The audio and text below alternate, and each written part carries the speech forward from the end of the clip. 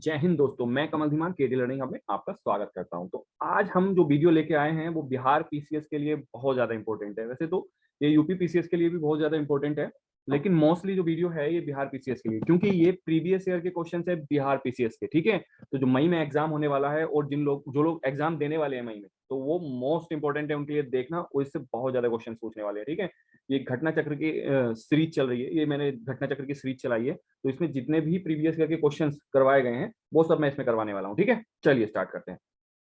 और चैनल पर अगर आप नए आए हैं तो चैनल को सब्सक्राइब जरूर कर देंगे और बेल आइकन को प्रेस कर देंगे, जिससे आपको न्यू वीडियो की नोटिफिकेशन मिलती रहे। ठीक है, पीसीएस के लिए भी टेस्ट सीरीज चलाई जा रही है। ठीक है, तो उसको जरूर देखें अगर यूपी पीसीएस आप दे रहे हैं तो। ठीक है, चलिए आगे, सेशन को शेयर जरूर कर देना। चलिए हम जो स्टार्ट कर रहे हैं वीडियो, भारतीय इतिहास से स्टार्ट कर रहे हैं। ठीक है, तो भारतीय इतिहास में भी प्राचीन भारत का इतिहास से स्टार्ट कर रहे हैं। इसके बाद क्या कराएंगे, मिडुअल कराएंगे, देन उसके बाद मॉडर्न कराएंगे। ठीक है, जितने भी प्रीवियस ईयर के देखिए, फर्स्ट क्वेश्चन भी 2018 के बीपीपीसीएस में आया है। ठीक है, बीपीसीएस बिहार पीसीएस में आया हुआ है इस 64th में। चलिए इसके बारे में बात करते हैं। तो पहला क्वेश्चन क्या है, भारत में पशुपालन एवं कृषि के प्राचीनतम साक्ष्य प्राप्त हुए हैं। तो वो कहाँ से प्राप्त हुए हैं प्राचीन, तो वो मेहरगढ़ से प्राप्त हुए हैं। ठीक है, कहाँ से प्राप्त हुए, तो मेहरगढ़ से। और मेहरगढ़ की बात करूं तो मेहरगढ़ कहाँ पर है, तो मेहरगढ़ इस टाइम पे पाकिस्तान में बलूचिस्तान में है। ठीक है, चलिए, और चावल की बात करूं तो चावल कहाँ से, चावल का साक्ष्य कहाँ से मिला है। ठीक है, तो चावल का साक्ष्य प्रयागराज के पास से मिला है। ठीक है, प्रयागराज के पास से मिला है। आगे बात करेंगे। ठीक है, कहाँ से मिला है, प्रयागराज के पास से कोलडीहिबाड़ा से मिला है। ठीक है, कोलडीहिबा से मिला है। ठीक है, चलिए नेक्स्ट क्वेश्चन लेते हैं। निम्नलिखित में से निम्नलिखित में से किसको निम्नलिखित में से किसको कैल्कोलिथिक युग कैल्कोलिथिक युग भी कहा जाता है। ठीक है, तो किसको कहा जाता है, ताम्र पाषाण युग को कहा जाता है। ठीक है, ताम्र पाषाण युग क्यों कहा जाता था इसमें, क्योंकि इसको तांबे का यूज और पत्थर का यूज जो हथियार बनाने के लिए किया जाता था इसमें। ठीक है, दोनों का मिक्स किया जाता था। चलिए नेक्स्ट क्वेश्चन की बात करेंगे। तो हड़प्पा में मिट्टी के बर्तनों पर सामान्यतः किस रंग का उपयोग किया जाता था, तो लाल रंग का उपयोग किया जाता था। ठीक है, और लाल रंग का सारे बर्तनों पे नहीं किया जाता था। तो हड़प्पा में मिट्टियों के बर्तन दो टाइप के बनते थे, एक तो सिंपल बर्तन बनते थे। ठीक है, और दूसरे बनते थे मात्रपाण, जिसपे जो है पेंटिंग बनाई जाती थी, और उसपे लाल रंग के पेंट किया जाता था। उसमें थोड़ा सा ऐसी सॉइल मिला दी जाती थी जिसको पकाने से उसका रंग लाल हो जाता था, और ऊपर से भी लाल रंग कर दिया जाता था। ठीक है, और उसके जो नीचे का जो पोर्शन होता था उस बर्तन पे, बॉटम पे ब्लैक रंग कर दिया जाता, काला रंग कर दिया जाता था। चलिए उसके बारे में आगे बात करेंगे। ठीक है, नेक्स्ट क्वेश्चन देखते हैं। ठीक है, तो नेक्स्ट क्वेश्चन क्या है, तो नेक्स्ट क्वेश्चन के बारे में बात करते हैं। सिंधु सभ्यता निम्नलिखित में से किस युग में पड़ता है, तो सिंधु सभ्यता जो है आदि ऐतिहासिक युग में पड़ता है। ठीक है, जो कि लेखा कला में ज्ञान के आधार पर किया जाता है। ठीक है, निर्धारण इनका ऐतिहासिक काल का जो निर्धारण किया जाता है वो लेखन कला के ज्ञान के आधार पर किया जाता है। ठीक है, और चलिए इसके बारे में इतना इनफ है, इसके और नहीं बताएंगे।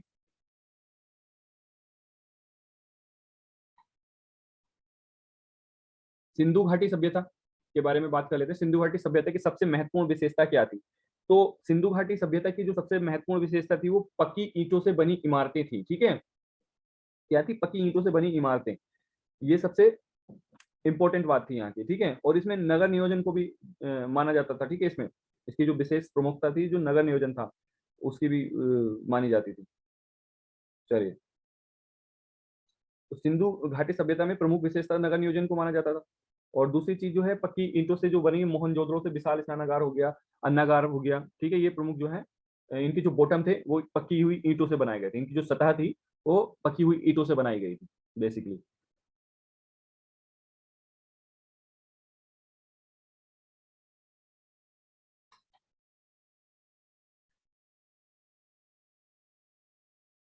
निम्नलिखित में से कौन सा एक हड़प्पा का बंदरगाह है, तो हड़प्पा का जो बंदरगाह है वो लोथल है। ठीक है, और लोथल कहाँ पर पड़ता है, गुजरात में पड़ता है। गुजरात में कौन सी नदी के किनारे, तो अहमदाबाद जिले में ये भोगवा नदी के किनारे पर पड़ता है। ठीक है, और ये हड़प्पा कालीन सबसे मोस्ट इंपॉर्टेंट बंदरगाह था। ठीक है, आगे नेक्स्ट क्वेश्चन देखेंगे कौन सा क्वेश्चन है।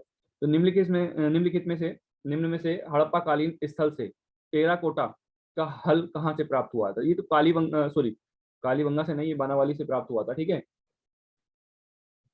कहाँ से प्राप्त हुआ था? तो ये बानावाली से प्राप्त हुआ था। उसका ऑप्शन बी होगा आंसर। ठीक है, ऑप्शन क्या होगा? बी इसका आंसर होगा। और ये कहाँ पर है बानावाली? तो ये फतेहबाद, हरियाणा के फतेहबाद में है, और टेराकोटा का हल यहीं से प्राप्त हुआ है। ठीक है, चलिए आगे बढ़ेंगे।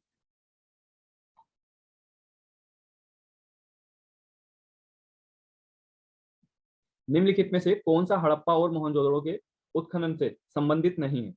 तो आर डी बैनर्जी ये भी जो है इससे संबंधित हैं, और के एन दीक्षित भी संबंधित है, और एम एस वत्सन वत्स भी संबंधित है। ठीक है, तो ये कौन संबंधित नहीं है? तो ये बी एस जो है स्मिथ संबंधित नहीं है इससे। ठीक है, राखल दास बैनर्जी, ठीक है, ये तो संबंधित है ही इनसे। ठीक है, नेक्स्ट। बोगजकोई का महत्व इसलिए है, किस लिए है?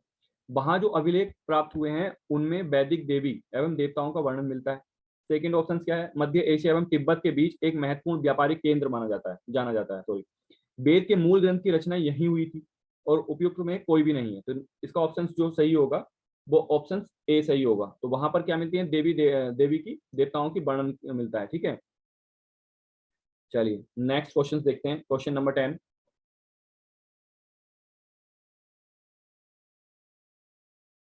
प्रसिद्ध 10 राजाओं का युद्ध किस नदी के तट पर हुआ था? तो प्रसिद्ध जो 10 राजाओं का युद्ध हुआ था वो पुरुषुणी नदी के किनारे पे हुआ था। और किसके साथ हुआ था? तो ये जो है राजा सुदास के ने 10 राजाओं के साथ में लड़ा था, और इन्होंने हराया भी था उन 10 को। ठीक है, चलिए। और इनके जो पुरोहित थे कौन थे? तो विश्वामित्र थे। इसको याद रखेंगे, इंपॉर्टेंट है। ठीक है,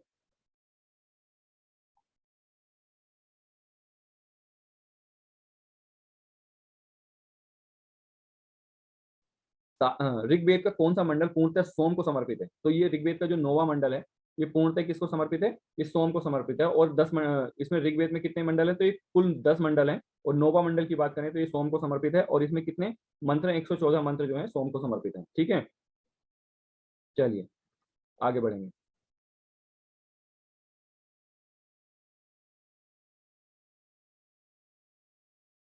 ऋग्वेद संहिता का नौवां मंडल पूर्णतः किसको समर्पित है? जस्ट अभी मैंने बताया है आपको, सोम और इसे पे नामाकृत देवता को समर्पित है। ठीक है,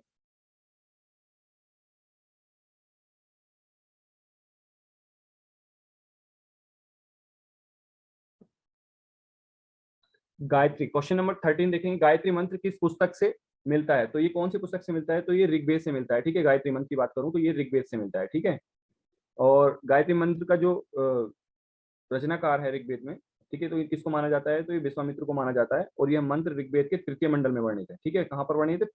तृतीय मंडल में वर्णित है। चलिए आगे बढ़ेंगे। महावीर स्वामी का जन्म कहाँ हुआ था? तो महावीर स्वामी का जो जन्म हुआ था वो कुंडल ग्राम में हुआ था। कहाँ पर हुआ था? कुंडल ग्राम में हुआ था। ठीक है, और इनके बारे में थोड़ा सा जान लेते हैं। तो महावीर स्वामी का जो कुंडल ग्राम या कुंडलपुर भी बोलते हैं, ठीक है, जो कि वैशाली के निकट पड़ता है, कब हुआ था? तो ये 599 में हुआ, ईसा पूर्व में हुआ था।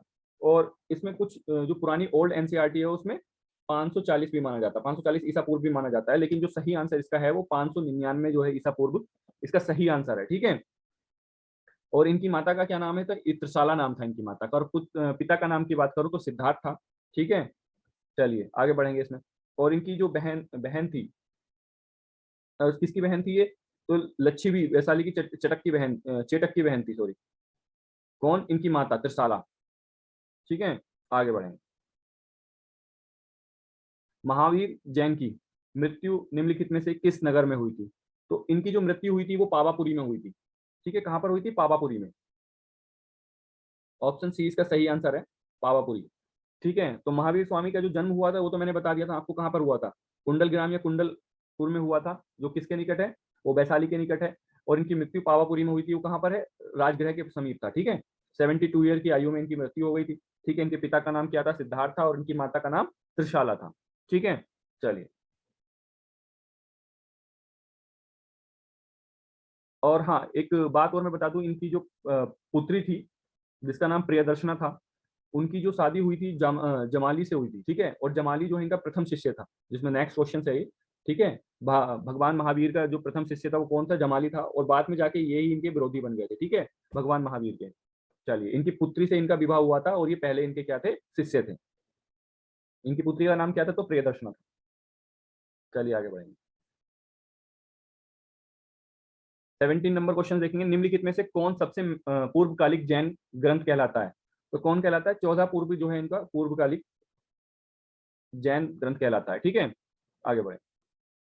महात्मा बुद्ध ने अपना पहला धर्म चक्र परिवर्तन किस स्थान पर दिया था? तो इन्होंने जो पहला दिया था वो सारनाथ में दिया था, ठीक है। सारनाथ में पहला धर्म चक्र परिवर्तन दिया था, ठीक है।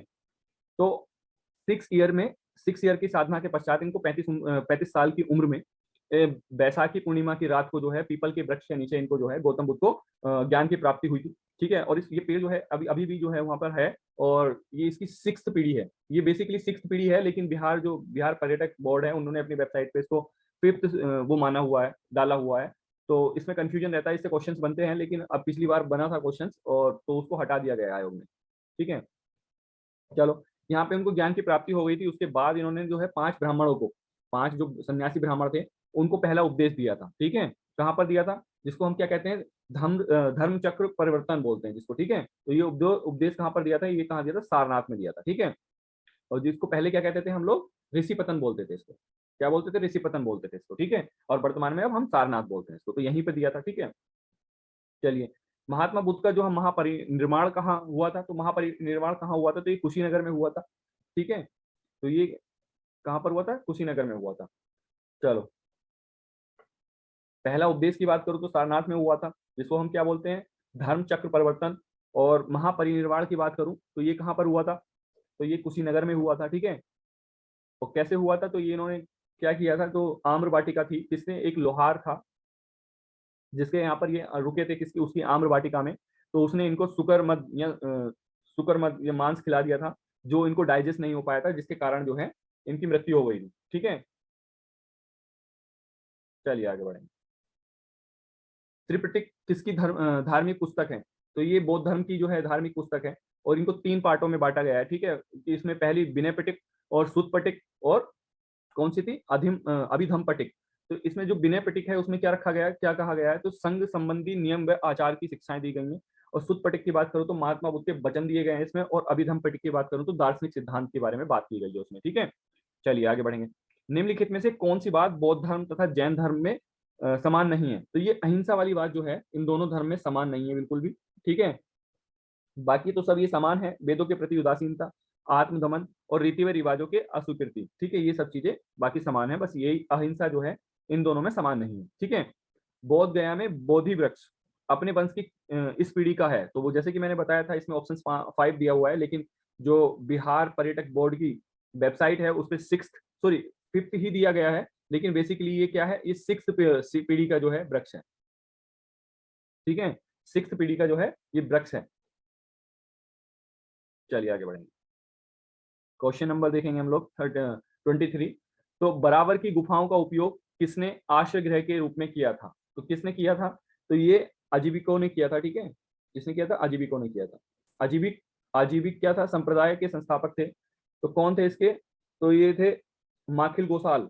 माखिल गोसाल इसके क्या थे? संस्थापक थे। चलिए आगे बढ़ेंगे। सॉरी, पाटलिपुत्र के संस्थापक थे। तो कौन थे पाटलिपुत्र के जो संस्थापक थे? उदयन थे, ठीक है। और ये किसके? अजात शत्रु के क्या थे? उत्तराधिकारी थे। और इन्होंने अपने पिता की मृत्यु करके गद्दी पर बैठे थे, ठीक है। और इनके पिता भी अपने पिता की जो है हत्या करके गद्दी पर बैठे थे। बिंबिसार की हत्या करके अजात शत्रु जी अपनी इस राज सिंहासन पर बैठे थे, और अजात शत्रु की हत्या करके उदयन गद्दी पर बैठे थे। फिर इन्होंने क्या किया था? गंगा और सोन नदी के बीच में पाटलिपुत्र नाम का एक किला जो है स्थापित किया था। उसके बाद जो है इसको अपनी राजधानी भी बनाया इन्होंने। फिर आने वाले वंश कई सारे शिशुनाग वंश, नंद वंश और मौर्य वंश भी इसे राजधानी बनाई इन्होंने, ठीक है। चलिए आगे बढ़ें। सॉरी, किस शासक द्वारा सर्वप्रथम पाटलिपुत्र का राजधानी के रूप में चयन किया गया था? तो ये कौन थे? उदयन थे, जिसके बारे में बता चुका हूं। कौन से वंश के थे? ये हर्यक वंश के थे, ठीक है। क्लियर हो गया? चलिए, निम्नलिखित में से किस राजा ने पाटलिपुत्र बसाया था? तो किसने बसाया था पाटलिपुत्र? जैसे कि मैं बता चुका हूं, उदयन ने बसाया था, ठीक है। ये किसके पुत्र थे? अजात शत्रु के पुत्र थे, और जिन्होंने, जो कि उनकी मृत्यु करने के बाद में गद्दी पर बैठे थे। ठीक है। विश्व का पहला गणतंत्र वैशाली के किसके द्वारा स्थापित किया गया था? तो ये लच्छवी वंश के द्वारा जो है स्थापित किया गया था। ठीक है। ये विश्व का पहला गणतंत्र स्थापित किया गया था। ठीक है। वैशाली बुद्ध काल का सबसे बड़ा और शक्तिशाली गणराज्य था। ठीक है। मगध की प्रारंभिक राजधानी कौन सी थी? तो मगध की जो प्रारंभिक राजधानी थी वो राजगृह थी। ठीक है, कौन सी थी? राजगृह। चलिए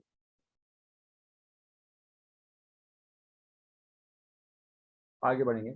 अजातशत्रु के वंश का नाम क्या था? तो हर्यक वंश था, जैसे कि मैं बता चुका हूँ, हर्यक वंश था।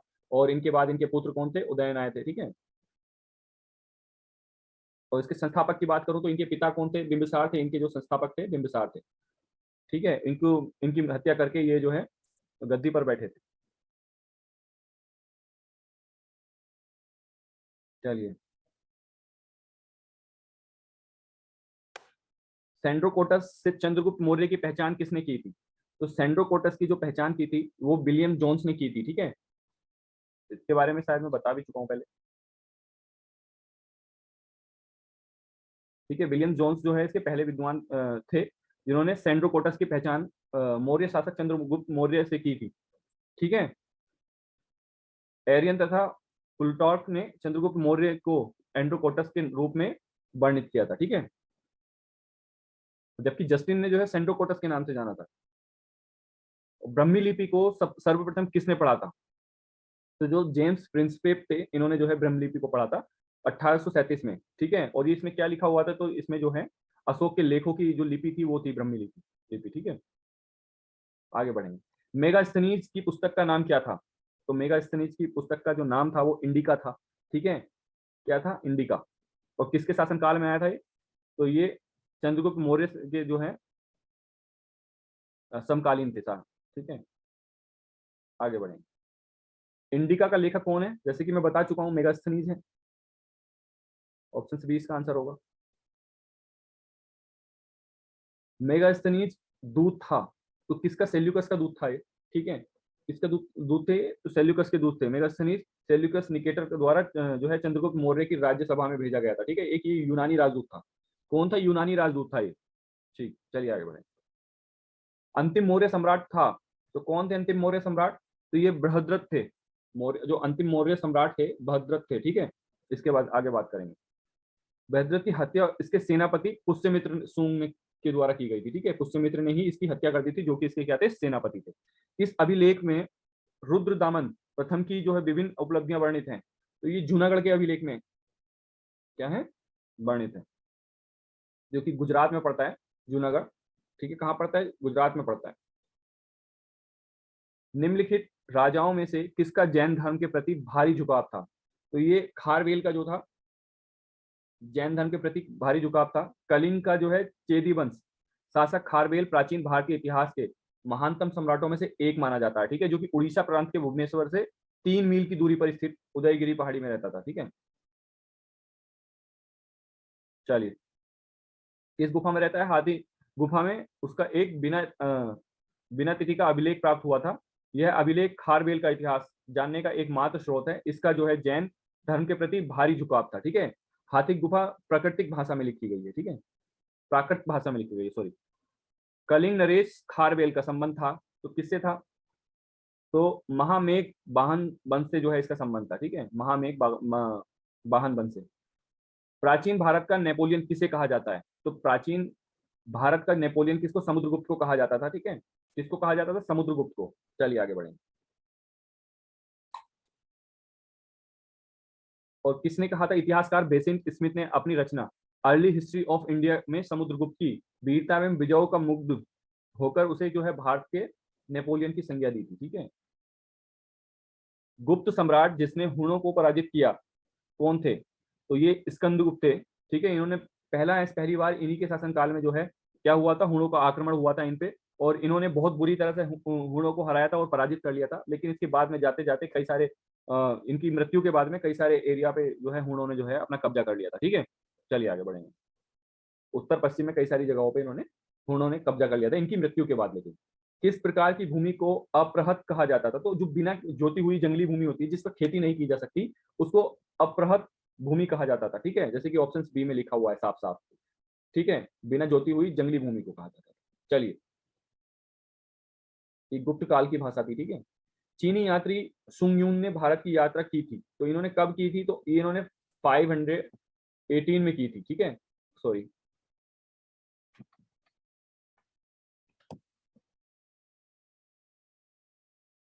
कब की थी, 518 में इन्होंने की थी। चलिए, तो 18 का में अगर की थी तो ये ऑप्शन ए इसका सही होगा। 15 से 515 से 20 तक, 520 तक। चलिए आगे बढ़ेंगे। हर्षवर्धन के शासनकाल में किस चीनी यात्री ने भारत की यात्रा की थी, तो कौन, वेन सांग ने की थी, ठीक है, ऑप्शन डी इसका सही आंसर होगा। और ये हर्षवर्धन के समय की प्रमुख घटना मानी जाती है, ठीक है, चीनी यात्री वेन सांग जो है भारत के आगमन पर, और इन्होंने बौद्ध धर्म का प्रचार किया है, ठीक है। और इन्होंने अपनी पुस्तक में इसके बारे में लिखा भी है, जिसकी पुस्तक का नाम है सीयूकी, ठीक है, इनकी पुस्तक का नाम। कलहड़ की पुस्तक का नाम क्या है, कलहड़ की जो पुस्तक था उसका जो नाम था, राज तरंगणी नाम था इसका, ठीक है, राज तरंगणी इसका नाम था, इनकी पुस्तक का नाम था, ठीक है, कलहड़ की पुस्तक का। और इंडिका की बात करूं तो मेगास्थनीज की थी, और अर्थशास्त्र की बात करूं तो ये चाणक्य की थी। और इसमें क्या था, तो राजनीतिक शास्त्र इसके अंदर दिया हुआ है, अर्थशास्त्र के अंदर। चलिए आगे बढ़ेंगे। ओदिंतपुर शिक्षा केंद्र निम्न में से किस राज्य में अवस्थित है, तो ये बिहार में अवस्थित है, ठीक है, कहां पर अवस्थित है, बिहार में, उदानापुर बोलते हैं इसको बेसिकली, ठीक है। प्राचीन काल में एक प्रमुख शिक्षा केंद्र था ये, ठीक है। चलिए, और इसकी स्थापना किसने की थी, तो पाल वंश के जो गोपाल थे, उन्होंने जो इसकी स्थापना की थी। आगे बढ़े, कर्नाटक वंश का जो संस्थापक थे कौन थे वे? तो सॉरी, कर्नाटक नहीं, कर्नाट वंश के, तो वो कौन थे, तो वो नान्य देव थे, ठीक है, इन्होंने जो है इसकी स्थापना की थी। आगे बढ़ेंगे। कर्नाट वंश का अंतिम शासक कौन था, तो कर्नाट वंश का अंतिम जो शासक था हरि सिंह था, ठीक है, हरि सिंह जो है अंतिम शासक थे। ये भी 2016 में जो है क्वेश्चन आया हुआ है, ठीक है। किस काल में अछूत की अवधारणा स्पष्ट रूप से उद्धृत की हुई है, ठीक है, तो ये कब की गई थी, तो ये धर्मशास्त्र के समय की गई थी, ठीक है, कब की गई थी, धर्मशास्त्र के समय। तो इसको 4 वर्णों में विभाजित कर लिया गया था, ठीक है, ब्राह्मण, क्षत्रिय, वैश्य और शूद्र। शूद्र को भी मतलब जो शूद्र थे इनको भी 2-3 उसमें स्पष्ट कर लिया गया था। इनमें से जो एक तो निर्वसित थे और एक अनिर्वसित थे। जो जो अनिर्वसित थे उनको जो है अस्पृश्य माना जाता था, ठीक है। चलिए, आज के लिए इतने ही। 49 क्वेश्चंस आज हैं, और कल इसकी नेक्स्ट वीडियो में जो है कंप्लीट हो जाएंगे, इसके जो प्राचीन इतिहास का जो सारे क्वेश्चन है वो कंप्लीट हो जाएंगे, और उसके बाद जो है हम लोग मिडुअल के बारे में बात करेंगे, ठीक है। चलिए, अगर सेशन अच्छा लगा हो तो लाइक कर देना, और शेयर करना बिल्कुल ना भूलें। और चैनल पे नए आए हो तो उसको सब्सक्राइब कर दें, और वीडियो बेल आइकन को जरूर दबा दें, ठीक है। धन्यवाद।